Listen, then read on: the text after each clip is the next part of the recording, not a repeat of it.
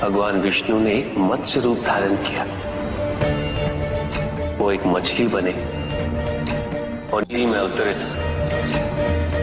राजा सत्यव्रत स्नान कर रहे थे। एक छोटी सी मछली उनके हाथ में आ गई। इतनी छोटी मछली? भगवान विष्णु? हाँ, राजा सत्यव्रत उस मछली को जल में छोड़ने जा ही रहे थे कि उस मछली ने बड़ी मछलियों का भय जताते हुए उनसे विनती की। उनसे कहा कि वो उसे अपने साथ ले चले। राजा सत्यव्रत अत्यंत दयालु थे। मछली को अपने कमंडल में शरण दे दी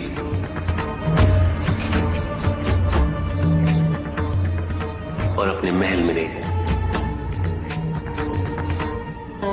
किंतु रात भर में मछली इतनी बड़ी हो गई कि कमंडल में रह पाना उसके लिए संभव ही नहीं था। और उसका बड़ा आकार देखने के पश्चात राजा सत्यव्रत ने उसे कमंडल में से निकालकर एक मटके में डाल दिया।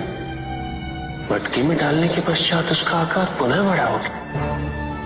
तो राजा सत्यव्रत ने उसे मटके में से निकालकर एक सरोवर में रख दिया।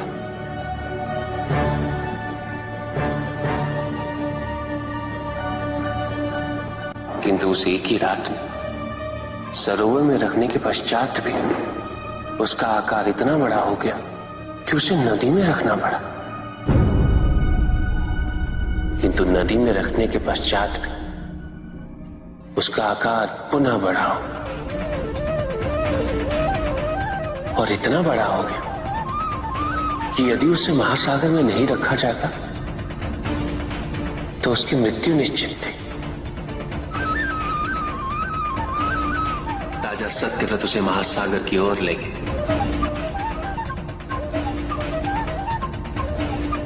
क्योंकि राजा सत्यव्रत तपस्वी थे, ज्ञानी थे, उन्हें आभास हुआ कि ये कोई साधारण मछली नहीं, ये स्वयं साक्षात भगवान विष्णु ही है। भगवान विष्णु राजा सत्यव्रत की उदारता से अत्यंत प्रसन्न थे।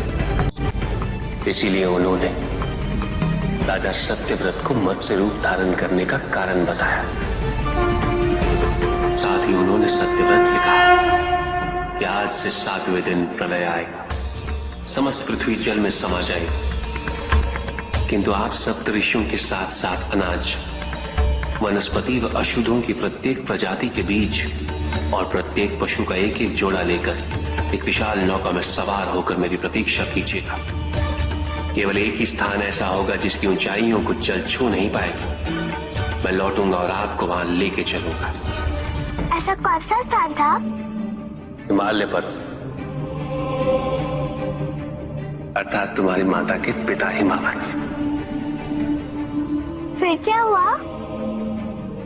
ऐसा कह के भगवान विष्णु समुद्र में चले गए और अपने मत्स्य रूप में उन्होंने हिग्रीव को ढूंढ निकाला। उस दुष्ट का वध करके वेदों को पुनः प्राप्त कर लिया। तो क्या प्रलय आया? हाँ, ठीक 7वें दिन।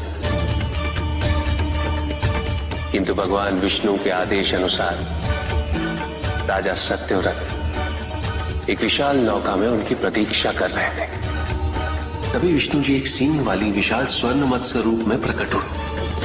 नौका को मत्स्य से बांधते हेतु सर्पराज वासुकी का प्रयोग किया गया और विष्णु जी ने अपने वचन अनुसार उन सबको हिमालय तक सुरक्षित पहुंचाया, ताकि प्रलय के पश्चात वेदों के आधार पर संसार पुनः बसाया जा सके।